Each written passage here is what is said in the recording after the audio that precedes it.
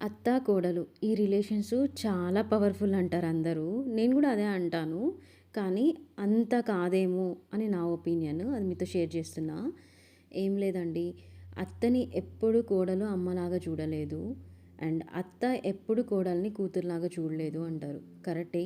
చూడకపోవచ్చేమో కానీ మనం ఇచ్చే రెస్పెక్ట్ అండ్ మనం చూసుకునే విధానాన్ని బట్టి మెల్లమెల్లగా ఒకరికొకరు చేంజ్ అవుతారండి. అలాగే కాన్స్టెంట్‌గా ఉంటారని నేను అనను.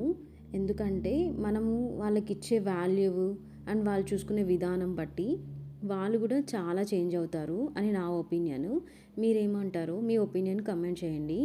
అండ్ ఈ రిలేషన్షిప్ వల్ల బిఫోర్ మ్యారేజే అందరు అడుగుతారు ఏమని అంటే, మీరు అందరు కలిసి ఉంటారా? మేమైతే అలా ఇవ్వము. మా కూతురికి వేరే కాపురం పెట్టిస్తారా? అలా అయితే ఇస్తాము. ఇలా అంటున్నారు అందరూ. బట్ అది ఎంతవరకు కరెక్ట్ అని నేనైతే కరెక్ట్ కాదని నా ఫీలింగ్. మీరేమంటారు?